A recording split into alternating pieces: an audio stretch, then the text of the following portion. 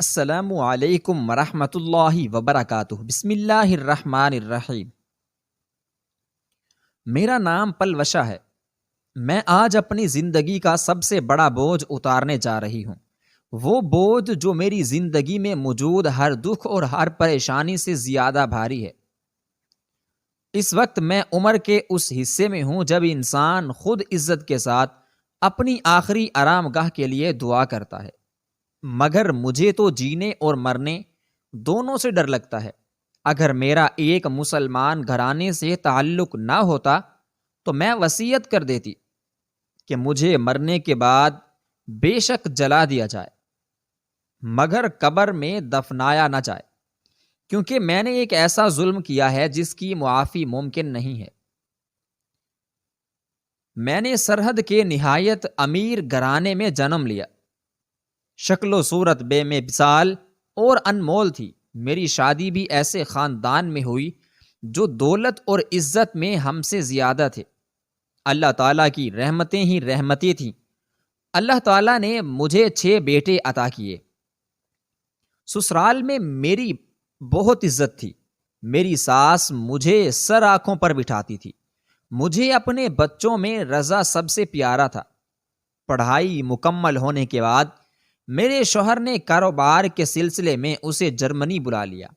میں رضا کی جدائی سے بہت دکھی تھی، مگر یہ میرے بیٹے کے مستقبل کا سوال تھا۔ اس مرتبہ جب سردیوں میں رضا جرمنی سے آیا تو بہت خوش اور نکھرا نکھرا نظر آیا، مگر کبھی کبھی چین اور بولتے بولتے خاموش ہو جاتا تھا۔ عجیب بات یہ بھی اس مرتبہ باپ کے اصرار کے باوجود جرمنی واپس جانے کے موڈ میں نہیں لگ رہا تھا۔ میں اس دن آنگن میں بیٹھی دھوپ سیک رہی تھی۔ میری خاص خادمہ زرجانہ آئی اور رازدارانہ انداز میں بولی، بیگم صاحبہ، رضا صاحب کا شانوں سے چکر چل رہا ہے۔ یہ بات سنتے ہی مجھے ایسا محسوس ہوا جیسے کسی نے میرے کانوں میں سیسا انڈیل دیا ہو۔ میں نے سوچے سمجھے بغیر اس کے منہ پر تماچا دے مارا۔ کمینی، تیری یہ جرت، مزید بکواس کی تو زبان کاٹ لوں گی۔ میں اسے گالیاں بک رہی تھی۔ وہ خاموشی سے سر جھکائے کھڑی تھی۔ اسے اپنا پاس کھڑا دیکھ مجھے مزید غصہ آ گیا۔ بے حیا، تو میرے سامنے سے چلی کیوں نہیں جاتی؟ میرے ان الفاظ کے جواب میں اس نے آہستہ سے کہا، مالکن یہ سچ ہے۔ اس کی بات پر مجھے دوبارہ جلال آ گیا۔ دل میں آیا کہ اس کے ٹکڑے کر دوں، مگر میں نے اسے جھڑک کر وہاں سے روانہ کر دیا۔ شانوں کا باپ ہمارے گھر ملازم تھا اور شانوں کی ماں بھی ہمارے گھر صفائی وغیرہ کے لیے آتی تھی۔ شانوں ماں باپ کی اکلوتی تھی اور شانوں تھی ہی بہت خوبصورت، گندمی رنگت، لمبے بال، بڑی بڑی کالی آنکھیں، گلابی ہونٹ اور گال پر چھوٹا سا سیاہی ماہل گوشت کا ابھار، جسے تل نہیں کہا جا سکتا تھا کیونکہ یہ تل سے بڑا تھا، لیکن شانوں کی خوبصورتی میں اضافہ کرتا ہے۔ شانوں کی واحد بدقسمتی تھی کہ وہ ایک غریب ملازم کی بیٹی تھی، اور دوسری خرابی میرے بیٹے رضا کے ذہن میں تھی۔ مجھے اپنے بیٹے کی عقل پر حیرت تھی، جو ایک نوکرانی کی شادی شدہ بیٹی کا دیوانہ ہو گیا تھا۔ شانوں کے ماں باپ نے اس کی آگ لگانے والی خوبصورتی کے ڈر سے اپنے ہی خاندان میں کسی بیمار بوڑھے سے اس کی شادی کر دی تھی۔ مجھے یاد ہے جب وہ شادی کے بعد آئی تھی تو میں نے اس کی ماں سے کہا تھا کہ اس کے لیے تمہیں بیمار بوڑھا ہی ملا تھا۔ جواب ملا، میں ماں کی بجائے شانوں نے کہا، مالکن وہ بہت اچھا ہے، میرا بہت خیال رکھتا ہے۔ میں نے کہا تھا، اچھا پھر تو ٹھیک ہے۔ اور اب زرجانہ کیا بےہودہ بات کر رہی تھی۔ اس واقعے کو ابھی 1 ہفتہ بھی نہ گزرا تھا کہ ایک دوپہر میرا بیٹا رضا شانوں کا ہاتھ پکڑے میرے سامنے آ کھڑا ہوا، اماں میں اس کے بنا نہیں رہ سکتا، میں نے شانوں سے شادی کرنے کا فیصلہ کیا ہے، میں نے اس کے شوہر اس بوڑھے سے بات کر لی ہے، بچہ ہونے کے بعد وہ اسے طلاق دے دے گا، پھر یہ عدت کے دن یہیں گزرے گی، پھر میں اسے نکاح کر لوں گا، آپ اسے اپنے ساتھ رکھیں، کسی اور کو ابھی اس کی خبر نہ ہو۔ میں شادی کے بعد اسے اپنے ساتھ جرمنی لے جاؤں گا۔ اس کے لہجے کا استحکام مجھے حیران کر گیا تھا۔ میں نے شانو کی طرف دیکھا، وہ بالکل خاموش کھڑی تھی۔ اس گفتگو کے دوران اس نے ایک مرتبہ بھی آنکھ اوپر نہیں اٹھائی تھی۔ رضا پیار سے بولا، ماں کیا آپ میرے لیے اتنا بھی نہیں کریں گی؟ رضا نے بڑی محبت اور امید بھرے لہجے میں سوال کیا۔ اسے میری کیفیت کا اندازہ نہیں تھا۔ میں نے خود کو سنبھالتے ہوئے کہا تھا، کیوں نہیں، تمہارے لیے جان بھی دے سکتی ہوں، تم فکر مت کرو۔ رضا میری بات سن کر گویا کھل اٹھا تھا۔ اس نے جھک کر میرے ہاتھ چومے اور شانوں سے مخاطب ہوا، اب تم ہر وقت اماں کے ساتھ رہنا، یہ تمہارا ایسا خیال رکھے گی جیسے میرا خیال رکھتی ہیں۔ یہ کہہ کر وہ کمرے سے باہر چلا گیا۔ اس کے جانے کے بعد میں نے نفرت کے ساتھ شانوں کے بالوں کو پکڑ کر جھٹکا دیا اور کہا، بدذات، تجھے تھوڑی سی بھی شرم نہیں آئی؟ بغیرت تو کیسی عورت ہے؟ وہ تکلیف کے سبب کراہنے لگی اور روتے ہوئے بولی، بیگم صاحبہ، یہ سب آپ کے بیٹے کا قصور ہے۔ میں نے تو کبھی اپنے شوہر کے علاوہ کسی مرد کے بارے میں سوچا تک نہیں۔ آپ لوگ بڑے اثر و رسوخ والے ہو، آپ لوگ جو چاہو کر سکتے ہو۔ رضا صاحب میرے شوہر سے زبردستی طلاق دلوا رہے ہیں۔ میں نے انہیں بتایا بھی تھا کہ میں امید سے ہوں، مگر ان پر کسی بات کا کوئی اثر نہ ہوا۔ میں بھلا کیا کر سکتی تھی؟ شانوں کی باتوں سے صاف آیا تھا کہ اسے اپنے شوہر سے بہت پیار ہے۔ اس بات پر بھی مجھے اپنے بیٹے کی توہین کا احساس ہوا۔ پھر میں نے سوچا کہ یہ فریب کر رہی ہے۔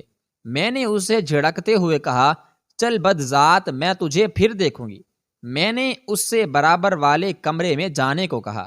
پھر میں رضا کے پاس گئی اور رضا سے کہنے لگی، بیٹا، مجھے تم سے ایسی بے وقوفی کی امید نہ تھی۔ اس وقت میں تمہیں اس 2 ٹکے کی نوکرانی کے سامنے کچھ نہ کہہ سکی تھی، مگر اب اتنا تو سوچو، اگر تمہارے باپ اور بھائیوں کو معلوم ہوگا تو وہ کیا سوچیں گے؟ رضا کہنے لگا، امی جان، بڑے بھائیوں سے میں نے بات کر لی ہے، انہیں کوئی اعتراض نہیں ہے، سب میری خوشی میں خوش ہیں، صرف بابا کو معلوم نہیں ہے۔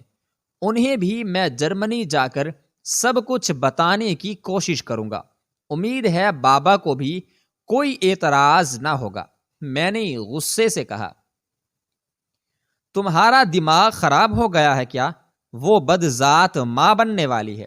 رضا بولا، اماں، مجھے سب پتا ہے، میں بچہ پیدا ہونے کے بعد ہی اس کے ساتھ نکاح کروں گا، یہ کوئی بڑی بات نہیں ہے۔ ماں، میں اس سے بہت پیار کرنے لگا ہوں، پلیز آپ بھی مان جائیں۔ میں نے کہا، تم نے بھائیوں کے سہارے پر اتنا بڑا قدم اٹھایا ہے، اور وہ بد نصیب شانوں تو اپنے شوہر کے لیے آنسو بہا رہی ہے۔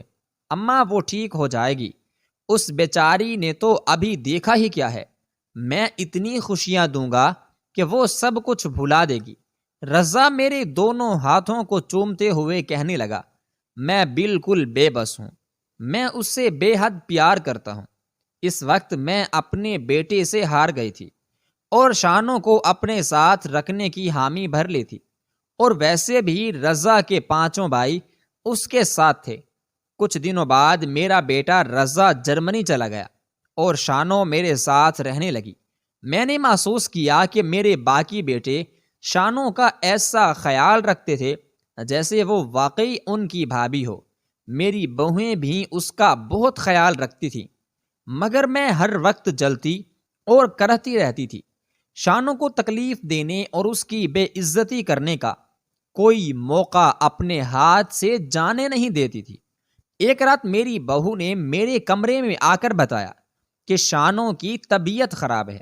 میں نے نفرت سے کہا تھا، زہر دے دو اسے۔ وہ بولی، اماں، آپ اس سے اس قدر نفرت کیوں کرتی ہیں؟ اس سارے معاملے میں اس بیچاری کا کوئی قصور نہیں ہے، وہ بیچاری ان حالات میں پھنس گئی ہے۔ ویسے بھی رضا ہم سب کو پیارا ہے، اسی لیے ہم شانوں کا خیال رکھتے ہیں۔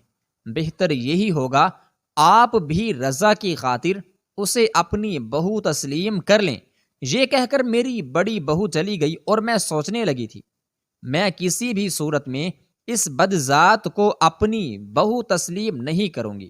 میں روزانہ شانوں کو اپنے کمرے میں بلاتی اور خوب باتیں سناتی۔ وہ روتی ہوئی چپ کر کے سب سن لیتی۔ میں اس گھر سے اسے نکال بھی نہیں سکتی تھی، کیونکہ سب کی اس پہ نظر تھی۔ مجھے اس سے اتنی نفرت ہو گئی تھی کہ میں اب ایسے جان سے مار دینا چاہتی تھی۔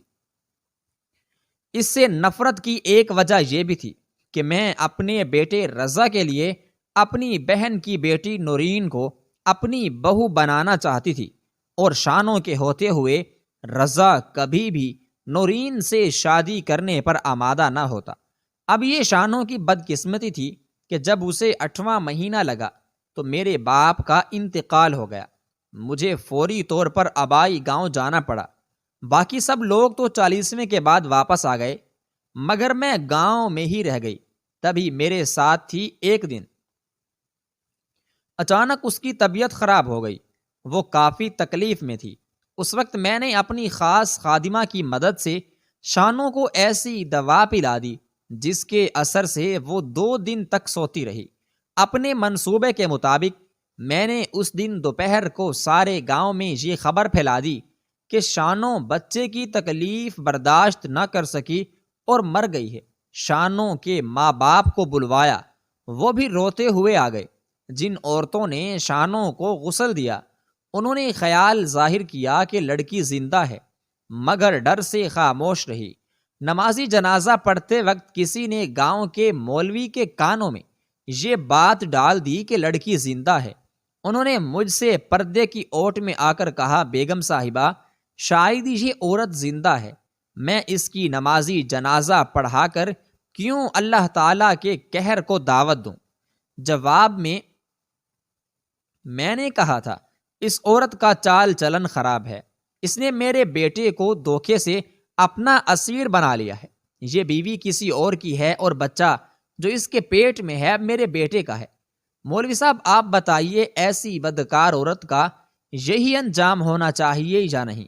میری بات پر مولوی صاحب توبہ توبہ کرنے لگے اور میرے ہاں میں ہاں ملاتے ہوئے کہا، ایسی عورت کو سنسار کرنا چاہیے۔ اگر یہ زندہ رہی تو میرے خاندان کی بے عزتی ہوگی اور میرا بیٹا ایسا کرنے نہیں دے گا، اور پھر یہ بے حیائی سارے گاؤں میں پھیل جائے گی۔ مولوی صاحب میری باتوں اور آنکھوں کے جال میں پھنس گئے تھے۔ میں نے انہیں انعام بھی دیا اور اس طرح شانوں کو زندہ دفنا دیا گیا۔ جب رضا کو اپنے بھائیوں کے ذریعے شانوں کی موت کا علم ہوا تو فوراً جرمنی سے واپس آ گیا۔ آنے کے بعد وہ اکثر پاگلوں کی طرح روتا تھا۔ میری بڑی بہو مجھے شک کی نگاہ سے گھورتی رہتی تھی۔ کچھ دن بعد رضا واپس جرمنی چلا گیا اور پھر واپس نہیں آیا۔ تب مجھے پتا چلا کہ میری خادمہ کے ذریعے نہ صرف رضا کو سب حقیقت معلوم ہو گئی ہے، بلکہ میرے گھر کے سبھی افراد کو میرے گناہ کا علم ہو گیا تھا، مگر شانوں کے گھر والوں کو کسی نے کچھ نہیں بتایا کہ ان کی بیٹی کے ساتھ کیا ہوا تھا۔ ان کی بیٹی تو قبر میں ہی دم گھٹنے سے مر ہی گئی ہوگی۔ آج میرا جان سے پیارا بیٹا رضا نفرت کی بنا پر مجھ سے ملنا تو دور، میری شکل بھی دیکھنا پسند نہیں کرتا۔ میرے بیٹے بھی مجھ سے نفرت کرتے ہیں۔ شوہر کے مرنے کے بعد بڑے بیٹے کے علاوہ باقی سب غیر ممالک میں جا بسے۔ میرا بڑا بیٹا اور بہو میرے ساتھ سوتیلوں جیسا سلوک کرتے تھے۔ بہو مجھے کچن میں جانے نہیں دیتی، نوکروں سے کہتی ہے، اس پر نظر رکھو، اسے زہر کھلانے کا تجربہ ہے۔ رضا سب کا لاڈلا تھا۔ اب میری اس حرکت کی وجہ سے سب مجھ سے نفرت کرنے لگے تھے۔ میرے بڑے بیٹے کے اولاد نہیں ہے اور میری بڑی بہو کا کہنا ہے کہ یہ سب اس بوڑھی کو ساتھ رکھنے کی سزا ہے، اس لیے میں بے اولاد ہوں۔ میں ظاہری طور پر بالکل صحت مند تھی، مگر کسی بھی کمرے میں سو نہیں سکتی تھی۔ کھلے آسمان تلے سونے سے بھی دم گھٹتا تھا۔ نیند کے انجیکشن لگانے کے باوجود مجھے نیند نہیں آتی۔ اس بات کو 30 سال بیت چکے ہیں۔ پچھلے 4 سال سے میں ہاسپٹل میں داخل ہوں۔ مجھے جلد کا کینسر ہو چکا ہے۔ میرے جسم میں کیڑے پڑ جاتے ہیں جو میرے گوشت کو نوچ نوچ کر کھاتے ہیں۔ ڈاکٹر جسم کے اس حصے پر دوائی لگاتے ہیں تو وہاں تو مر جاتے ہیں، مگر کچھ دنوں بعد دوسری جگہ پر نکل آتے ہیں۔ میں موت کا انتظار کر رہی ہوں، مگر موت بھی نہیں آ رہی۔ مجھے کوئی بھی ملنے نہیں آتا۔ دن رات توبہ استغفار پڑھتی ہوں، رو رو کر اللہ تعالیٰ سے دعا مانگتی ہوں کہ میرے اللہ مجھے معاف کر دے، مگر یہ گناہ بہت بڑا ہے۔ ویسے بھی اللہ تعالیٰ فرماتے ہیں کہ میں اپنے حق تو معاف کر سکتا ہوں، مگر اپنے کسی بندے کے ساتھ کیا ہوا ظلم معاف نہیں کرتا جب تک وہ بندہ خود معاف نہ کر دے۔ مگر میں معافی مانگنے کے لیے شانوں کو کہاں سے لاؤں؟ میں ہاتھ جوڑ کے آپ سب کو ایک پیغام دینا چاہتا ہوں، باز آ جاؤ اس طرح کسی پہ ظلم کرنے سے۔ اگر کوئی میری طرح کسی پر ظلم کر رہا ہے تو خدا سے ڈرو، خدا کی لاٹھی بے آواز ہے۔ السلام علیکم۔